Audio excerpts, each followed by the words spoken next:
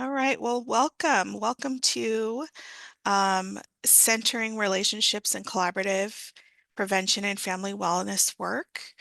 Um, my name, oops, let me just give you a quick rundown of what the session will cover, and then we'll introduce ourselves. We'll do a overview of, this is the overview. We'll talk about the history of Tulare County prevention work, the Tulare County Wellness System, the Prevention Cabinet 2.0. So we'll talk a little bit about that structure and also strategies for engagement and some lessons learned.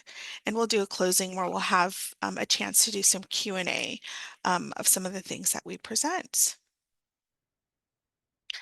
So first of all, I'd like to introduce myself. My name is Lydia Marquez. I'm a program supervisor for Strategies Technical Assistance, and Strategies Technical Assistance provides support to prevention planning teams and also FRCs, Family Resource Centers, and community-based organizations who are doing prevention work.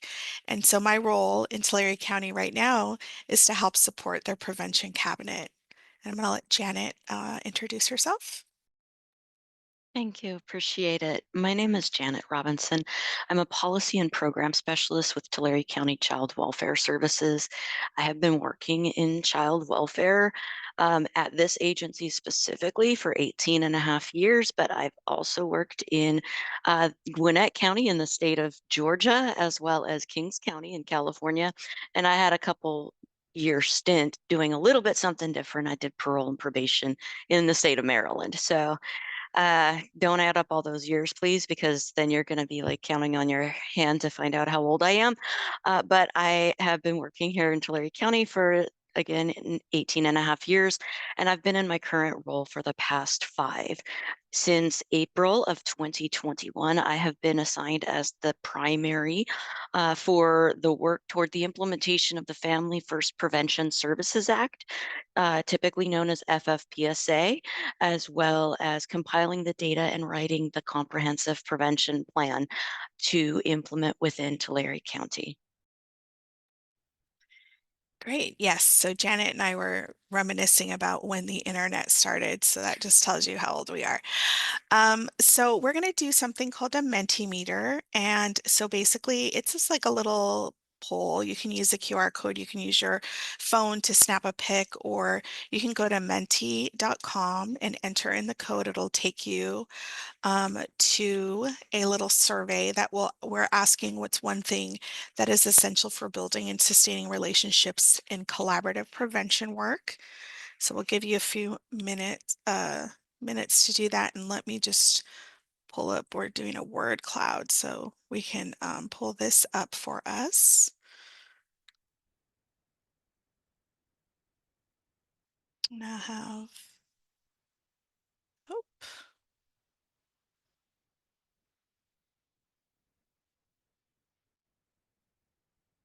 here we go.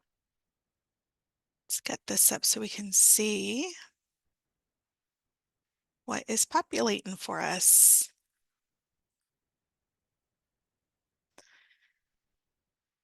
Patience, communication, engagement, transparency, action, listen, trust. And communication is definitely rising to the top. So we'll definitely talk about that. Patience, I think, is 100%, and trust. All of these things. I love this equal power. I think that's also really important. All right. Well, thank you so much for participating in that. And we can share this as well with folks. But I think this is just a great representation of all these different things that we also noticed as well doing the collaborative work and helping to support that. All right, so let me get us back to our presentation here. And, oops, sorry about that.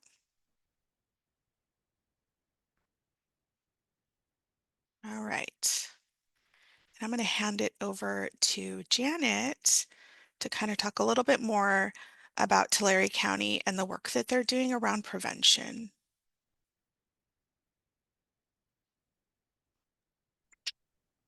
Thank you so much. I appreciate that.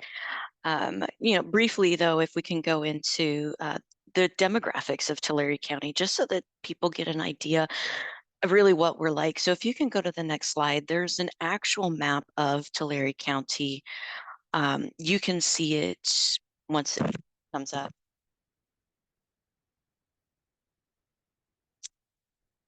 The Tulare County is in the Central Valley in California. It covers 4,839 square miles. In this slide, you can see it's the seventh largest in California. But if you were wanting to look at a little bit of a different perspective, Tulare County is 4 times larger than the state of Rhode Island. It's only 700 square miles, smaller than the state of Connecticut. So, in terms of land mass, Tulare County is the size of one of our smaller states. We do have 8 incorporated cities. We consider those the cities that have their own police departments, and 39 unincorporated communities. It's also home to the Tule River Indian Reservation. We have 3 topographical zones in Tulare County. There's a valley region, which is where the majority of the population reside, a foothill region, and the mountain region. That eastern mountain region, which is approximately 50% of the size of Tulare County, lies in the Sierra Nevada mountain range, which consists of national parks and national forest land. So if you hear of Kings Canyon National Park and Sequoia National Forest, those are partially in Tulare County. We have boundaries to the north of Fresno County. Inyo County is the mountainous towards the east. We also are neighbors with Kern County and Kings County. Our demographics are, pretty interesting to see. It's 21% white, 1.1% African American or Black, 72% Hispanic Latino, 2.5% Asian Pacific Islander, and 0.6% Native America, with 1.7 being multiracial. Our median household income is reported as $64,474, but our poverty rate is at 17 to 18.5%, which is higher than what the national average is, which is 12.5%. Tulare County primarily is based on agriculture and ag-related industries. During the 2020 census, or the Agricultural Statistics Review, Tulare County was number 3 in the growth of agriculture. But one small little fun fact, our heyday is 2022. We actually reached number 1, surpassing Fresno County as the top agricultural producing county in the state of California, but also in the United States. So, into a little bit of history, just going into an overview of the prevention cabinet, how it kind of came to be where they were. Before 2019, people did prevention almost kind of on their own, but we started those little steps of doing some working agreements. One of the ones that really comes to mind is in 2017. We formed a cooperation agreement with the Tule River tribe, basically agreeing that as a sovereign land, we were going to involve them in every step of the CWS process and invite them to participate and to join us even during investigations. The first iteration of the prevention cabinet was kind of built in the first iteration of the prevention convening. That was in person down in San Diego, and Tulare County sent a delegation of our executive leaders down to San Diego to really kind of come together to find out what are the common needs in Tulare County. What are those big things that we see that we want to engage in? At that time, it was father engagement. And we've really made some great strides in promoting father engagement. The problem was that was 2019, and you know what came after 2019? In 2020, COVID pandemic happened, and we had to pause the prevention cabinet. And during that pause, some of the key players of the prevention cabinet moved on. They promoted, they were, they resigned, they went to different agencies. And so by the time we were really able to start back up with all of these meetings, excuse me, the prevention cabinet had disappeared. And that is where we requested some help with strategies because we realized that the way that our prevention cabinet was served a great purpose, but with the implementation of things like Assembly Bill 2083, that memorandum of understanding for the systems of care, and with the Family First Prevention Services Act, that we needed to find a system that worked for all and that met all of the needs for all of those various programs. So I really want to focus or to applaud Tulare County, though, because we have had a very long-standing history of forming partnerships. Again, you look at our geographic size and it looks huge, but we're really concentrated in those 8 incorporated areas. So pre-pandemic, it was really easy for us to get together and to meet together. So we were able to form a lot of these really strong working relationships with our partners. I will say though, and this may be true of most child welfare agencies, back before Assembly Bill 2083 and back before the Family First Preservation Services Act, they were the typical partners, the partners that we always seemed to partner with, those agencies that we worked the most with. So we felt we had to have a really strong working relationship. Um, but with the prevention convening, but also with the establishment of the Community Care Coalition in Tulare County, we realized that partnering with other people and other agencies really was important. The Community Care Coalition was established during the pandemic, and it was not only health and human services agencies trying to wade our way through an unknown pandemic. It was really driving an all hands on deck approach. And what that did is it brought even some smaller community partners that we've never worked with.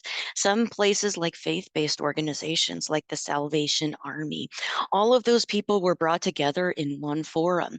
And at that point, we realized that instead of one or two agencies holding all of the responsibility financially and leadership wise to take over the burden or the primary burden of the counties, that everybody chipping in what they could and doing what they could in their areas actually provided a very robust helping system within the community. So then started the Family First Prevention Services Act. And this is a little bit of where I came in. That was the community engagement meeting. And with the requirements of the comprehensive prevention plan, we were required to incorporate partners such as those with lived experience that we typically have worked with but haven't actively involved in engagement. So this community engagement meeting brought all of the CPP required partners on board, and so had this meeting that met all of the requirements to um, to do comprehensive prevention planning. Um, in discussing this, I think that we should maybe go into what we're currently doing and how that worked. Tulare County is working on a wellness system of care. We're really looking to bring together those typically fractured systems and then align them. We all have many common purposes. We all want our communities to be safe. We all want our communities to be healthy. We all want our communities to thrive. I don't think anybody out there is going to say, I want Tulare County to fail. Maybe Fresno County, but we're not going to go there.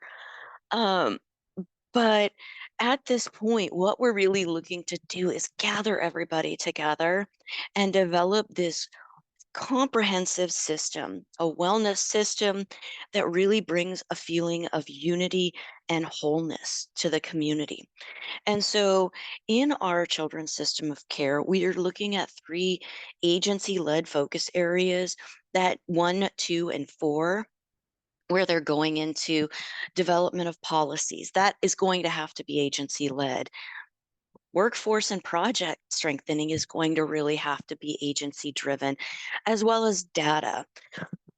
But when we come into the children's wellness model and capacity building, this is where we have a partner involved focus area.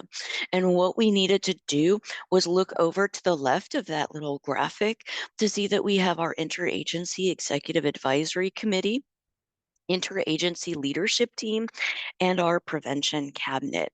And the purpose of those teams is to have all of our system partners come together and really work to develop a common goal, a common mission, and really common terminology and agreements to work together.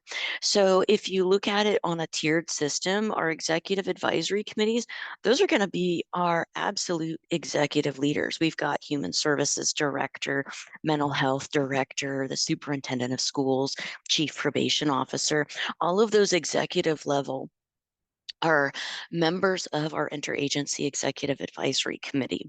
And then our interagency leadership team. Again, this is going to be at that upper management level. So we've got our child welfare division manager, mental health division managers, et cetera.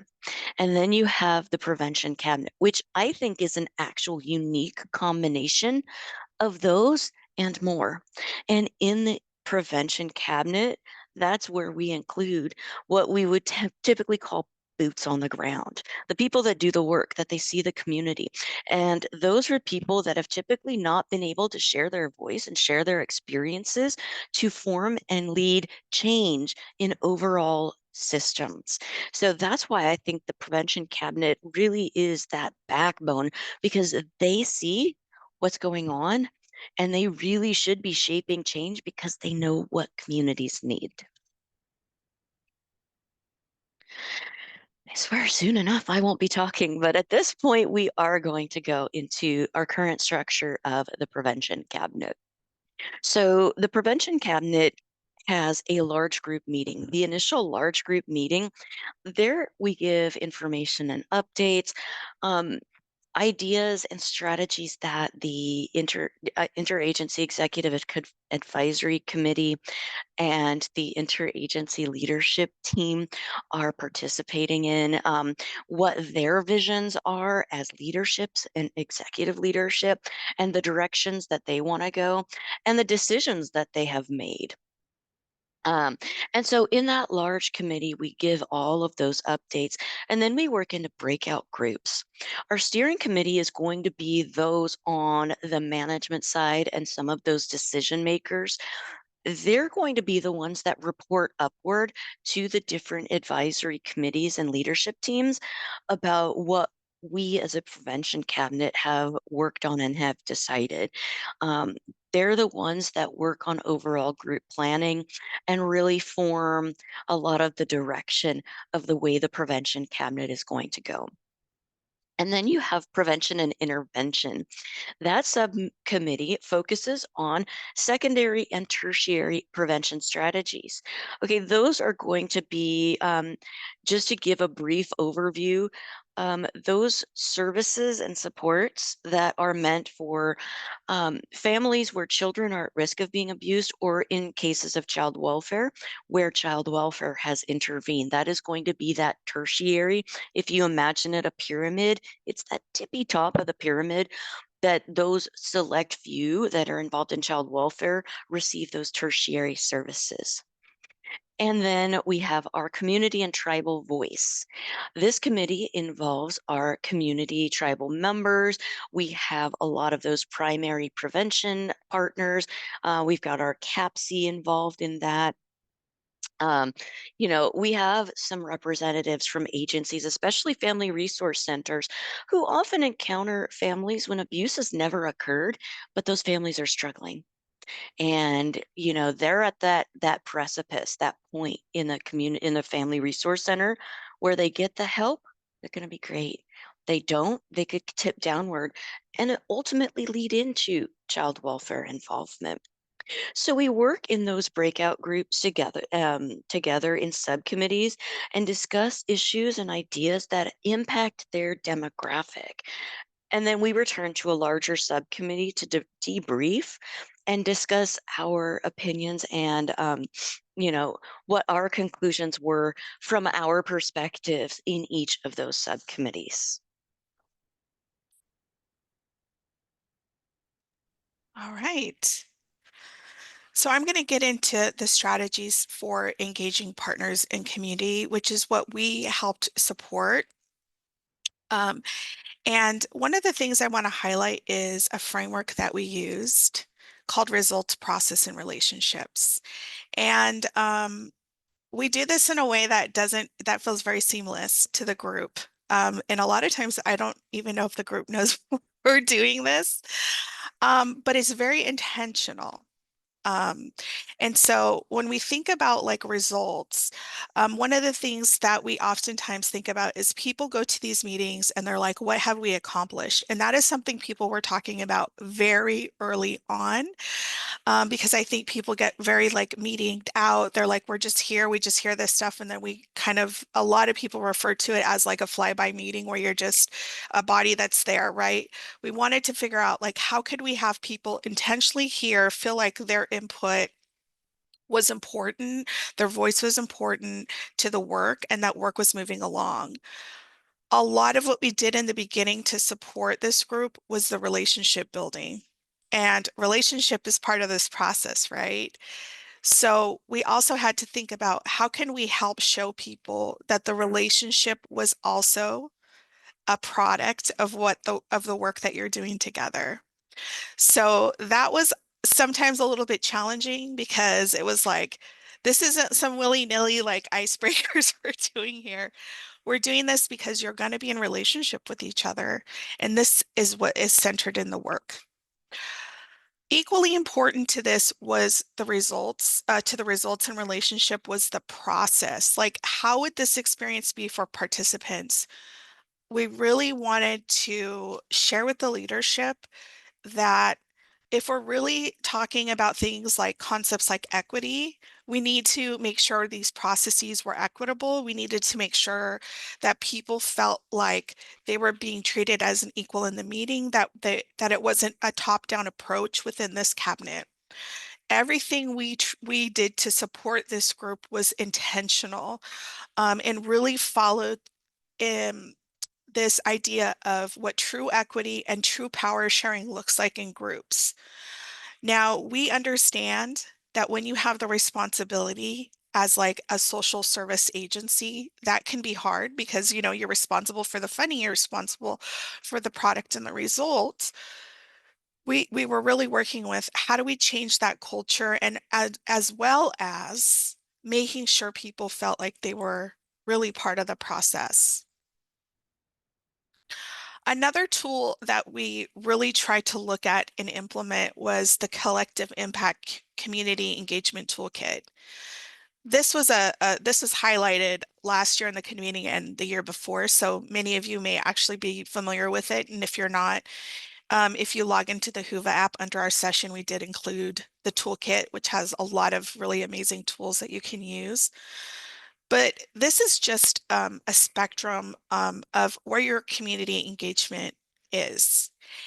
And if I'm going to be 100% honest, I think the community engagement group, which we started with, was sort of at like this informing place where it was like, we'll come here, we'll report the findings, what's going on, and then come back next month and let's do it again.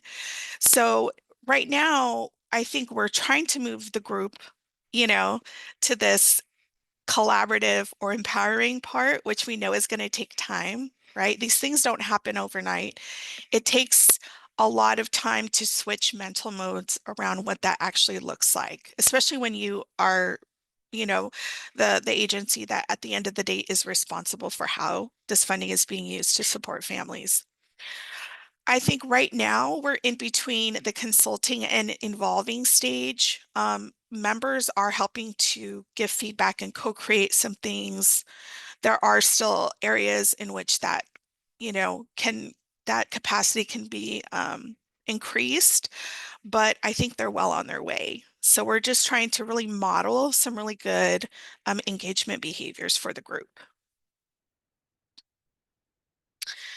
So this is actually from I think this is actually from the convening last year.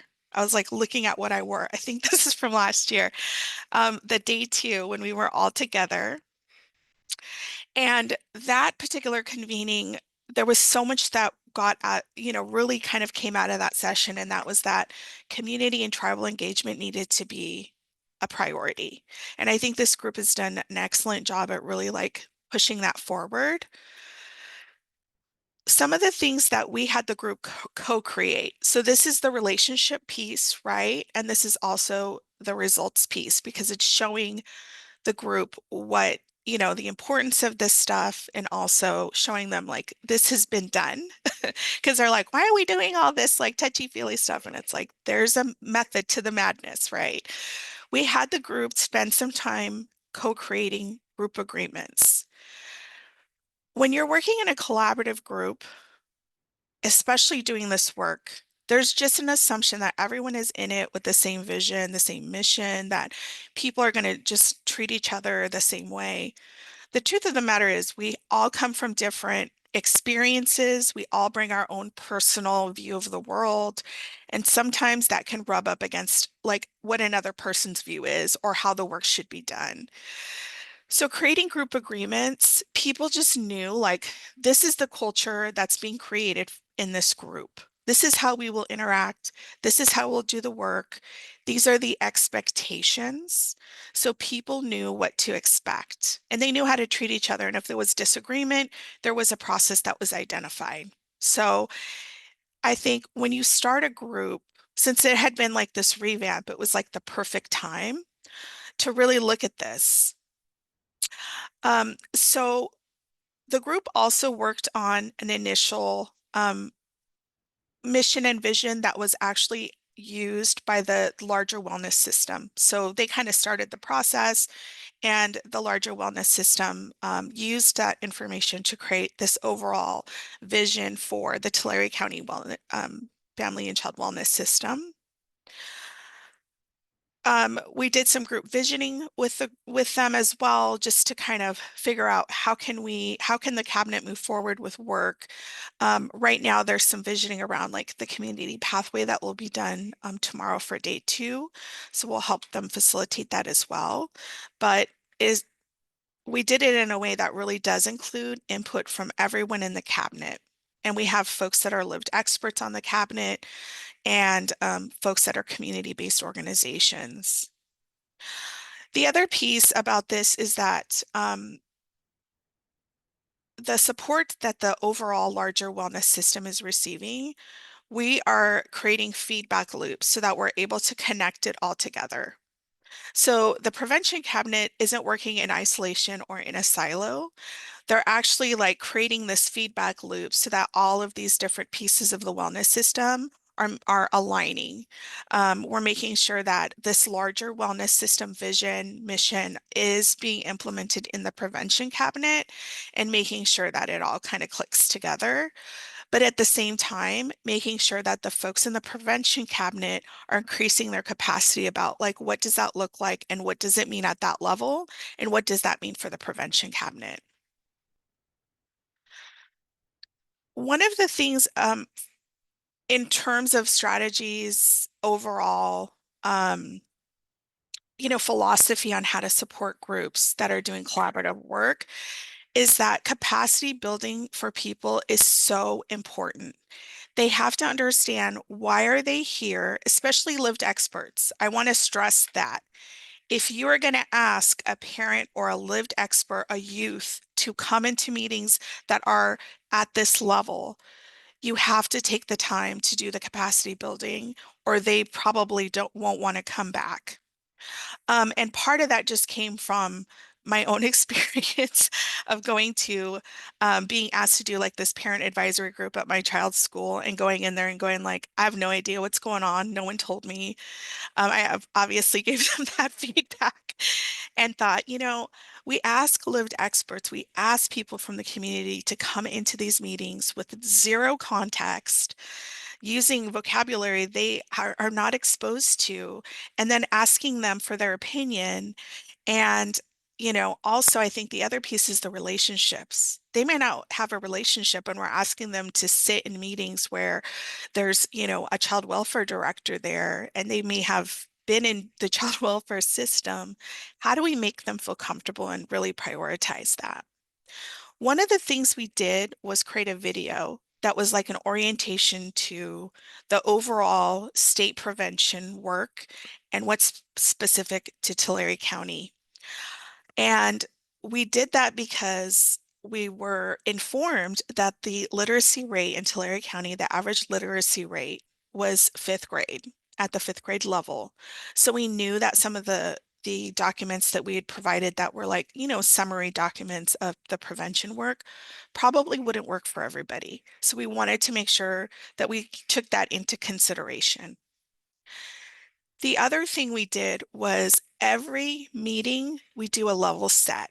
So if someone is new to the meeting, we always have, what are the different subcommittees? What is your role here? What are we asking you to do? And also, I think it's just great. It was great for us to kind of like have that, you know, that kind of reinforcement every meeting for the first few meetings. So people were like, oh, yes, oh, yeah. So in the beginning, I literally probably like the first 4 or 5 months, people were like, which subcommittee should I go to? As we continued to share what the different subcommittees did, we took a little bit of time for that. Pretty soon, people were just like, okay, I know where to go. So I think that's really important to give folks time to like process and be able to make those decisions. Also, here's an example of what the prevention cabinet group agreements are. And so some of the things that we looked at was, what do we want this group experience to be like? Or I should say, what the group wanted the experience to be like, how they would come to consensus. And I apologize, it is kind of small, so hopefully you can see some of it. How they will address challenges, how they'll celebrate accomplishments. I also think that's important, right? We want people to also think about um, those kind of joyful moments that can be part of this work as well. And then how they're just going to keep themselves engaged. I think that was a super important question, was what is going to keep you coming back to this work? Because that is the challenge, right? I will say also, Janet took time to onboard new members. So she met with them individually. We had a youth that unfortunately, I think with their schedule hasn't been able to attend as consistently. Um, but she took time to meet with that youth and their social worker, like on board and kind of be this touch point. And I think that's also important. It's part of that relationship piece that is really vital to this work. Um, so I think this is like lessons learned. Um, and what I will say, I know someone put, some of you put patience as like one of those things you need. The first couple times we met, there was like 15 people, and I was like, oh my gosh, did we do did we make a mistake by changing this meeting? And so we basically were like, we're gonna just like hang tough here. And now there's sometimes 30 to 40 folks that are consistently on this meeting. The meeting does meet virtually every month with a in-person meeting every quarter. So we're trying to kind of help them follow that cadence so that people have like the touch point. But we also are trying to be mindful of the fact that there are folks like in Tule River Tribe who cannot easily access an in-person meeting. So in order to keep folks connected, we want to provide that virtual piece. So yeah, so some of the other lessons, I'm not sure, Janet, you had anything additionally. I actually do. I do want to touch back on that onboarding, talking about the onboarding. When, we were discussing onboarding, and I've always, whenever I've gotten a new member, have suggested, hey, I can onboard you. But there was an experience that we had at our last, prevention uh, committee meeting, and it was like our prevention cabinet meeting. And I mean, I'm just going to say it was an information dump. And we had had two new members. Neither of them had ever attended a meeting. They had no idea what this meeting was about, and they had been invited at such a last minute notice. I didn't have time to go through the onboarding. And so when I do an onboarding, I do it one on one. I mean, I'm sure if we had a lot of new members, I could do it in a group setting, but one on one really does give you that let's get down on the same level and have an interactive experience rather than me talking to you. This isn't an onboarding. I'm talking at everybody here. But when I try to do onboarding, I really do prefer to do it one on one where they feel like they're in a safer space. Um, you know, and so I really realized that we need to do onboarding before they attend their first meeting because you don't want somebody new coming in and just going, "Oh my God, this is so far over my head. This isn't something that I'm a part of." But also, really defining people's role, really defining their why, you know, um, giving them that idea of where they would probably do the best in terms of subcommittees. Obviously, we give them a choice, but we say, look, in your role, this is what you do. This is where I think you could provide the most input and assistance. And one of the things that I didn't see, and I mean, I brought this up in my head in the Menti meter, was in terms of what I think is important for authentic collaboration. I think it's belief. You have to believe in the work you're doing. You have to believe in every person's role. When you have a new person onboarding, you have to believe that they're important to the job and what they can provide. We talk about it, and I think that it's been discussed in a lot of the prevention cabinet meetings. That is like everybody in the meeting may have a title. My title officially, CWS Policy and Program Specialist. But what people don't see, I'm a resident of Visalia. I'm a resident of Tulare County. I'm a member of the community, and I want to see our community thrive. I want to see our people doing better. I want to see our people having access to the supports and services they need before it becomes so emergent that an agency has to intervene. So, that idea of belief, that idea of realizing the worth and value of every single person, and really helping, especially those that are community members, get over the fear of a title. Because my title may mean nothing in the grand scheme of things. If you're looking at the totem pole, I'm kind of down here. I'm not here on the totem pole. I am not in an elected position. I don't have a grand title. I'm not an executive director of anything, so I'm not particularly intimidating in that sphere. But if you think about it, those people attending the prevention cabinet may not have a title whatsoever. They may be a person with lived experience. They may just have their experience to base their perspective of what the community needs. And they have to realize that their voice is just as important as anyone with a title of executive director. So, in terms of my lessons learned, I really truly believe that we need to give people a basis before they attend the meeting in the first place so that they feel comfortable. you know, they may hold back a little bit in the first couple meetings just because, hey, I want to get the cadence and the tempo of this meeting. I want to see what the personalities are like. I want to see who's the one that talks out the most. I want to see the one that doesn't talk out the most. And I want to see where I can most contribute to the progression of this group. you know, but they won't feel as uncomfortable or intimidated by someone that says, I am the division manager, I am the human services director. If you get somebody from the interagency executive advisory committee coming down to the prevention cabinet and you're somebody with no title, you're somebody with my title, for instance, and all of a sudden I get the elected superintendent of schools giving me information, you know, it's going to be very difficult for people to feel comfortable speaking out. And that's not to say anything negative against people that are members. It just goes with the title. It is why we have some of these groups separated, but at the same time, we're equally as important because in their role, they're looking at an overall. In our role, we're seeing what's happening. You know, we're seeing where the needs are. We're seeing where the communities are struggling. Tulare County specifically, all of or most of our services are centralized in Visalia, Orderville, and occasionally Dinuba. Everything else you have to get to by transit. And I will say, if there's only one city it's offered in, it's typically in Visalia. So some people would have to travel an entire day, take the bus down the mountain, get to Visalia, do a 1 hour service, wait around at the transit center until their bus was ready to go back up the mountain.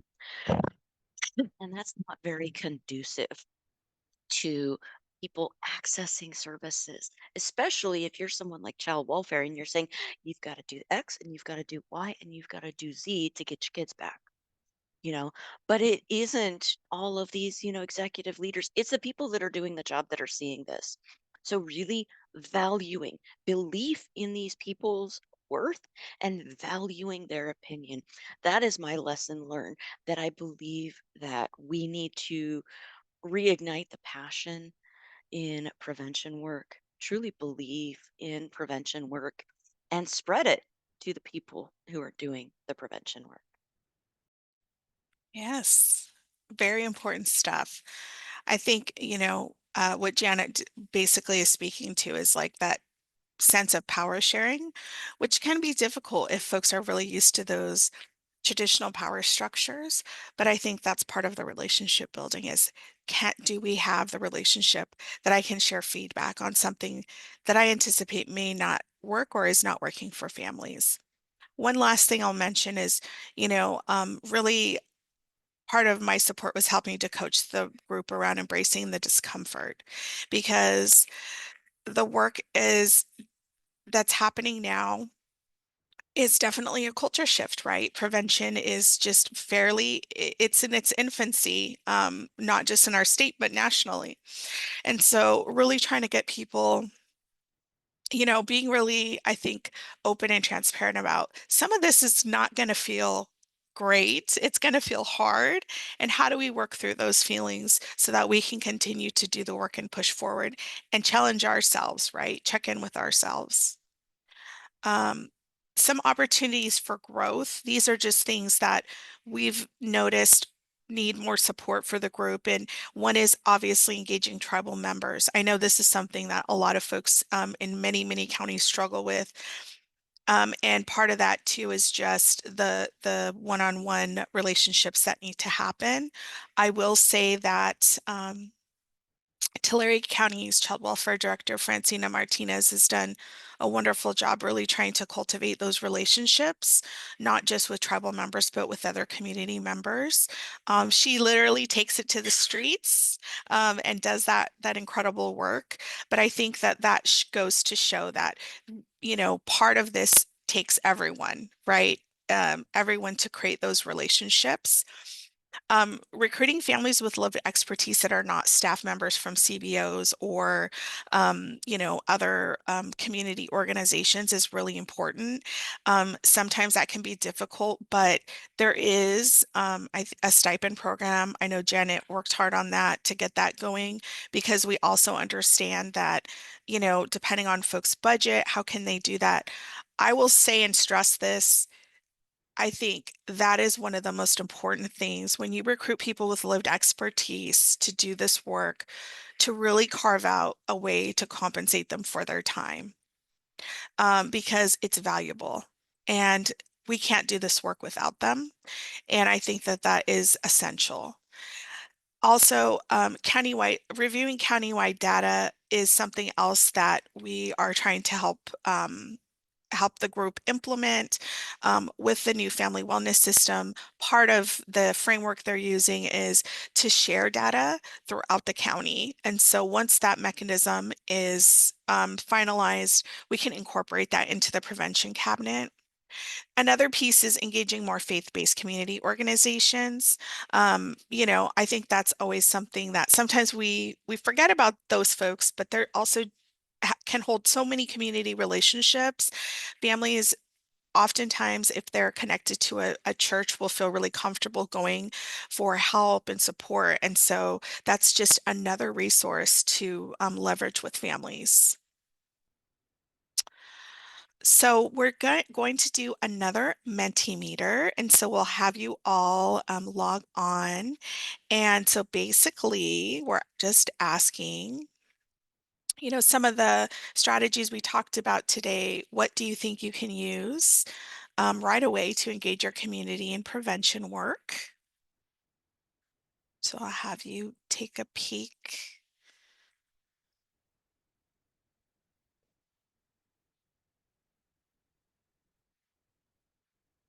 and actually pull up our little word cloud here so that we can see it in real time.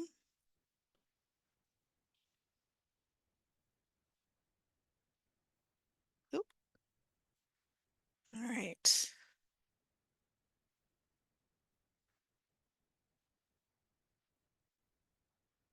Sorry, y'all. I usually have two monitors, so I'm just like trying to wing this here.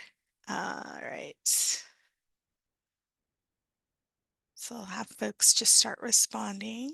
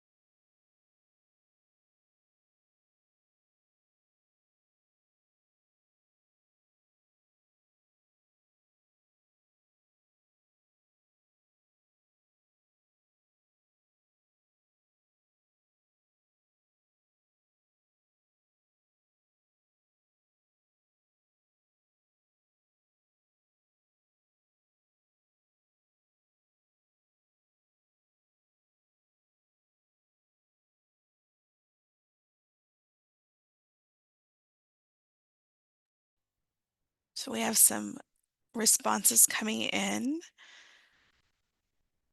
So some of you are said you can set up an information booth to share what we're doing and what it's all about. I love that idea. A couple of folks like the video, and possibly work groups from multiple agencies provide onboarding information. That's great.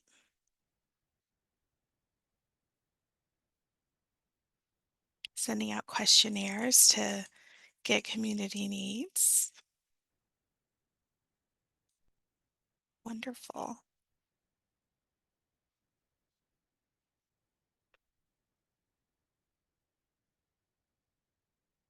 Building strong relationships. Engaging tribal leaders and tribal youth. Yes, I love that. Attending resource fairs and building relationships.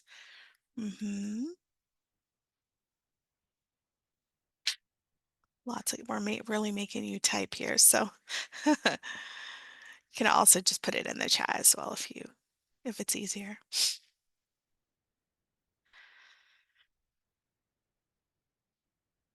All right. Well, I appreciate all of these really thoughtful responses, and I hope that what we shared could be helpful to the collaborative prevention work that you're doing.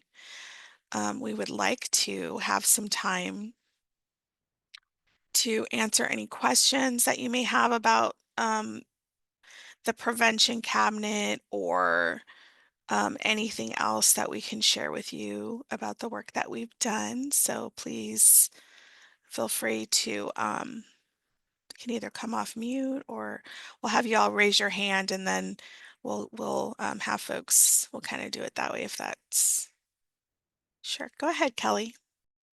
Okay, thanks. Our county is rural, similar to yours, and we're having kind of problems with providing the services, such as therapy. Counselors are very few and far between up here. Also, classes that parents people can attend for learning purposes. And so, what are your suggestions? In uh, building, attending to those gaps. That's a good question, and that's definitely a difficult question to answer because we did notice the gaps. And in our CPP, basically, what we identified as one of our largest needs was the help for the rural communities. And so it was kind of a partnership between our family resource centers and our different providers. So Tulare County Family Resource Centers provide what's called differential response.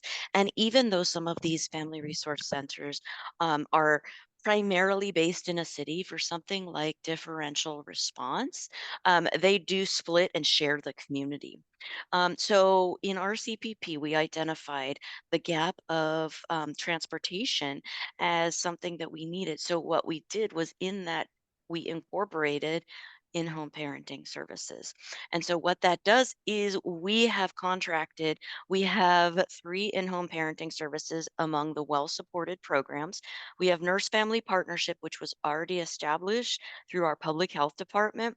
We have Healthy Families America, which is usually meant for that 0 to 2 up to 5-year-old range. And then we have family checkup, which is really meant for that, 2 to 17 range to meet the needs of families that have children with more challenging behaviors. Because that in our gap analysis was also something that we had seen was that the primary customer of short-term residential treatment programs of our group homes were those that were given back from by their guardians or their adoptive parents, those relinquished adoptions or guardianships. And those were typically teenagers, but we didn't have any support for parents with teenagers.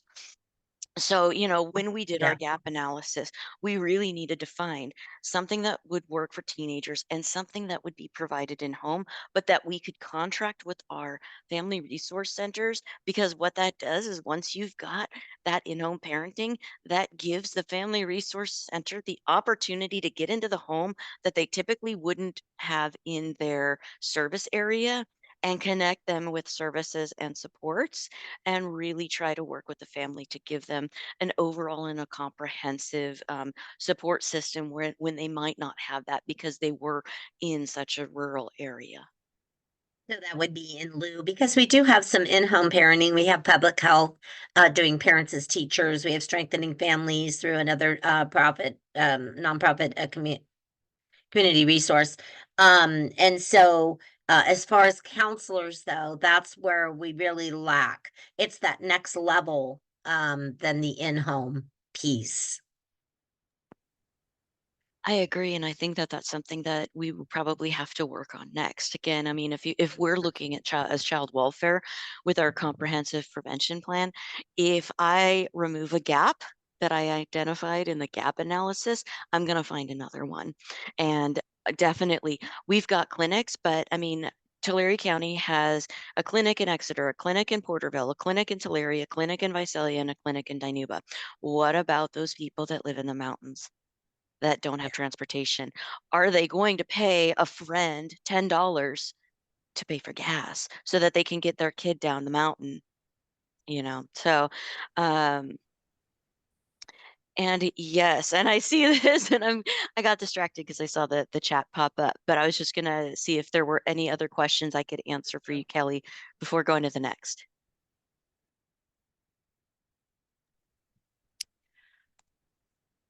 Okay. Tribal representatives in the steering committee. Again, we're going to talk about what we have found as our opportunities for growth. We are working with our local tribe.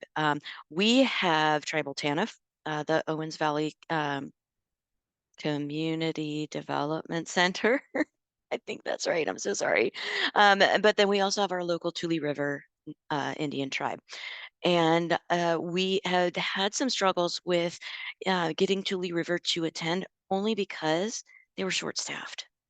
And if there's an emergency with one of their tribal members or a meeting, they're going to attend an emergency because our tribal social services director was attending multiple they were receiving multiple requests for help at the same time.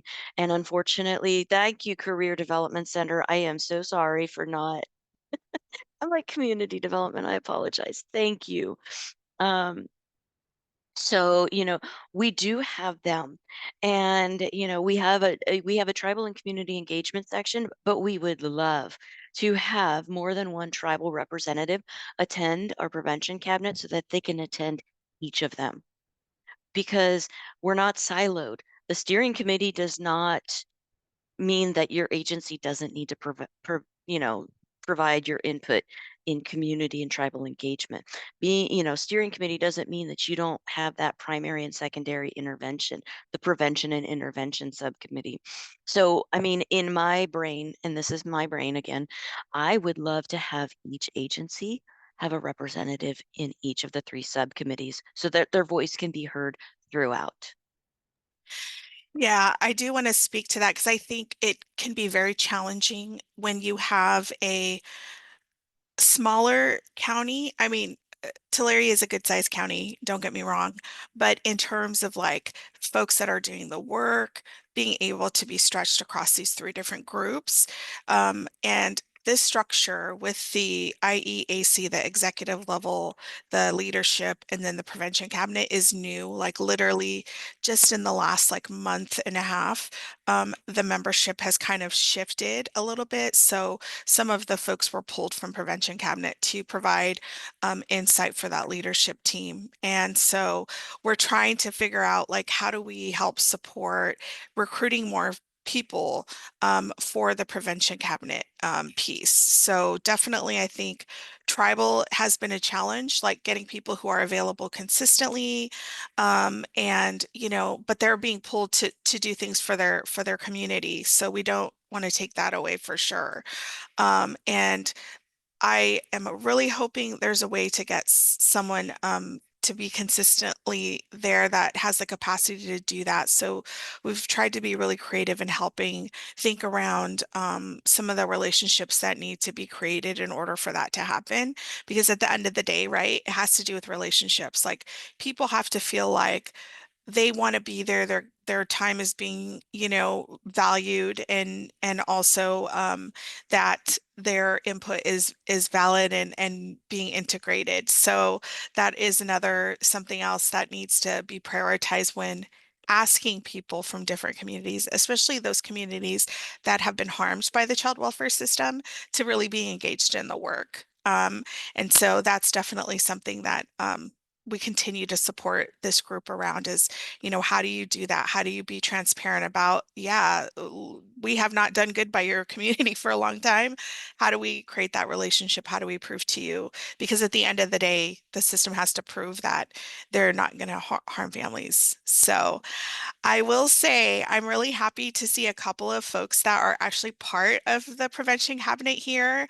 I'm not going to put them on blast and like have them come off, but if they wanted to talk a little bit quickly about their experience being in the cabinet, we have a couple of dads that have been very consistently showing up to the cabinet. They also work for one of the amazing CBOs in the area, Parenting Network.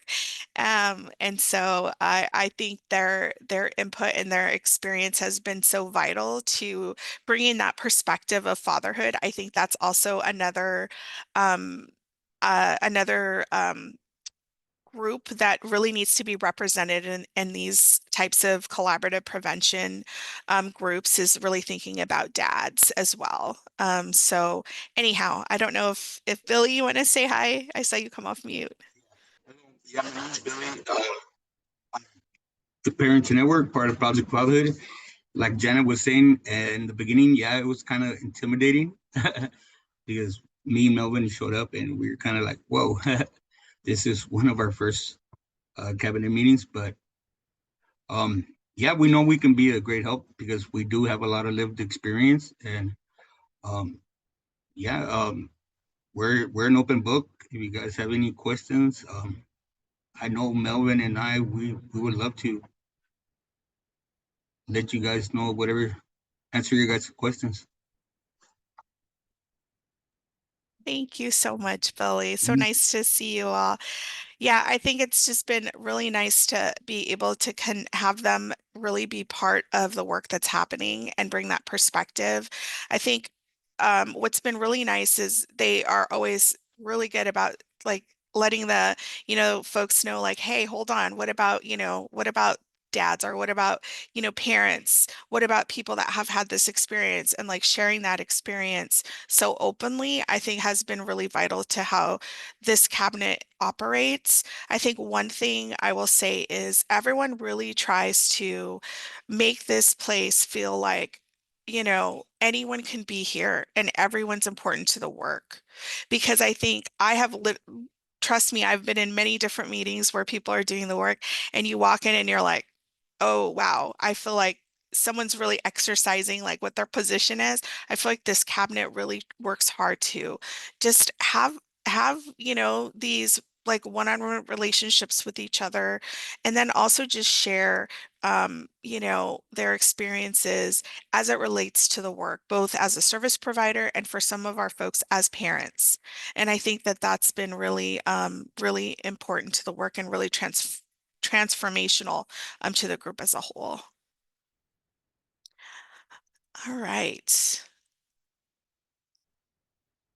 Well, I wanted to just say that we appreciate everyone for attending today. We will the materials are in the Hoover app, so if you'd like to if you have any questions about it, I'm going to put my email in the chat. Please feel free to reach out if you have any other questions about like what we've done in Tulare County, or if you have any questions about some of the materials that we've created. There is a very general PowerPoint that we did create that we can share that onboards people to the prevention work. I believe that it actually is uploaded to the Hoover app in like the general materials. And that is just to help people who are coming to the convening today really understand like what this is all about. But we can share that with folks who are interested. We also have a couple of very general prevention work videos as well that we've done that can be shared widely. So if anyone is interested in getting that information, please feel free to reach out. And I will say also, I'm just going to drop my email as well. Um, only like if Strategies has the great info on onboarding and developing materials like that, and engagement. If you had any questions or information specifically on Tulare County, or some of our process or some of the bumps and hiccups, you're more than welcome to reach out to me. Um, you know, it's been interesting, and it's been a great experience, and I'm glad that I got involved with this. Great. Well, thank you, everyone. Have a wonderful rest of your day at the convening today. And we were so happy to be here to share this information, and hopefully it will help you all in the prevention work that you've done. Have a great afternoon.